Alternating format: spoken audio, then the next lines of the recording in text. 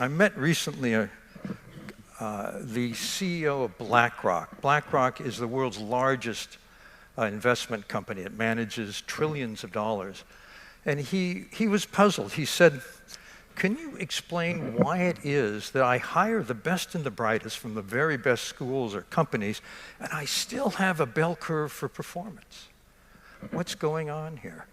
And I'd like to share with you the answer I gave him. It has to do with some research I did after I wrote Emotional Intelligence. I got very interested in business and remembered that my mentor back in graduate school had written an article in the main psychology journal, that was my field, that was very controversial at the time. He said, if you want to hire someone, don't look at their IQ, don't look at their personality tests, don't really look at their business expertise. What you want to do is look in your own company at people who hold that position now or have held it in the past, identify by whatever metric makes sense for that position, the top 10%, the stars, and compare the stars with people in the same position who are only average in performance. Do a systematic analysis and identify the skills or abilities or competencies you see in the stars that you don't see in the average. It's called competence modeling. Anybody familiar with competence modeling? Most world-class companies have competence models, particularly for top-level executives. And I was able to get access to 1 to 200 of these, which was not easy because these are proprietary studies. Companies don't share the data. They want to know, they're doing it for competitive reasons. But here's what I found. I aggregated the data, and I just looked at, this is the very back of the envelope, how many of those abilities the companies themselves independently have identified as distinguishing their stars, how many of those abilities are based on cognitive strengths, IQ and technical skills, or emotional intelligence, how we handle ourselves and our relationships. And what I found was that for jobs of all kinds, emotional intelligence is about twice as important.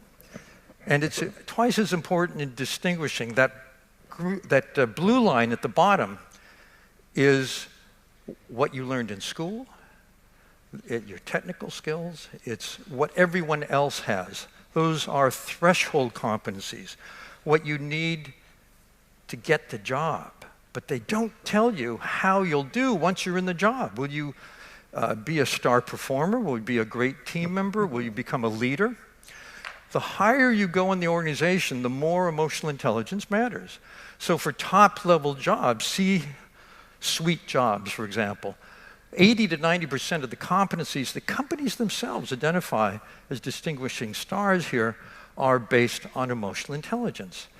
It makes sense because what you're doing at that point is not using your technical skills or whatever you've learned for that position in terms of cognitive abilities. What you're doing mostly is managing people.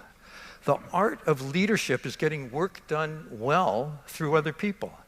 So there was just a study done of engineers and what distinguished the best engineers from average engineers. And it turns out success as judged by their peers, people who know the job well and the person well, correlates 0 with IQ and enormously with emotional intelligence.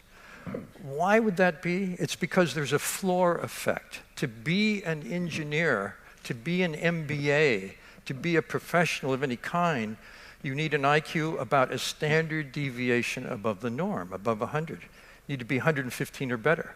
The floor effect is once you are in that role, everyone else is as smart as you are.